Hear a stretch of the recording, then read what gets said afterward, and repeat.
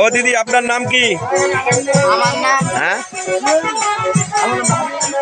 আমার নাম হচ্ছে শ্রী মদন মোহন। মদন মোহন। আপনি বিয়ে করেছেন? হ্যাঁ, বিয়ে করেছি। আপনার স্বামী কি করে? ও আমার স্বামী, হ্যাঁ, আমার স্বামী কি করে? আমার স্বামী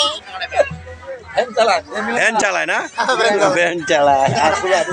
হ্যাঁ হ্যাঁ। আচ্ছা, আপনার স্বামী আপনাকে কেমন দেখে? ভালো দেখে, আদর করে? খুবই আদর। আচ্ছা, আপনার স্বামী আপনার জন্য কি কি ভালো জিনিস নিয়ে আসে?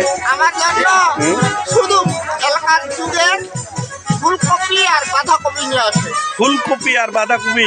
আমার প্রিয় জিনিস। মাছ মাংস খান না? মাছ মাংস খাই, নিয়ে আসে না?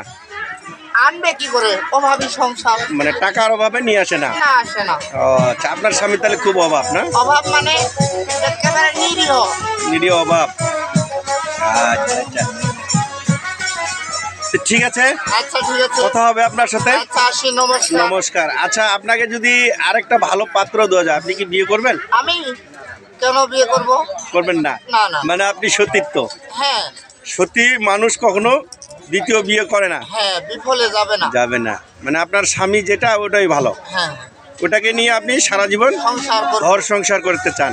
আমার স্বামী তো বুঝেন নাই, সংসার থেকে না অভাব।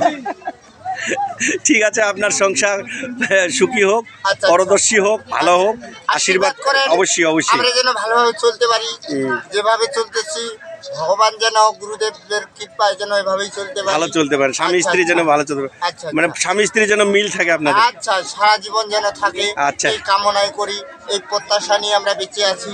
আচ্ছা, ঠিক আছে বৌদি, নমস্কার। আচ্ছা, নমস্কার। নমস্কার নমস্কার।